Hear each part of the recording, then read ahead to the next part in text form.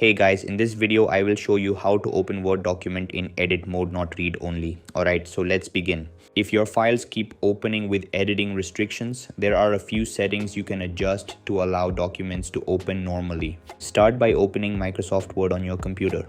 Once you are inside the app, click on File in the top left corner. From the menu, look at the left sidebar and scroll down to select Options. This will open a settings window with additional configuration tools. Inside the options window, find and click on Trust Center from the left side menu. After that, select Trust Center Settings. A new window will appear with several security-related options. From the left sidebar, click on Protected View. Inside the Protected View section, you will see several options labeled Enable Protected View. Uncheck the boxes for those settings, then click OK to save your changes. After that, press OK again to close the Word options window. Once you finish updating the settings, close and reopen your document. In many cases, the file should now open directly in edit mode instead of read-only mode.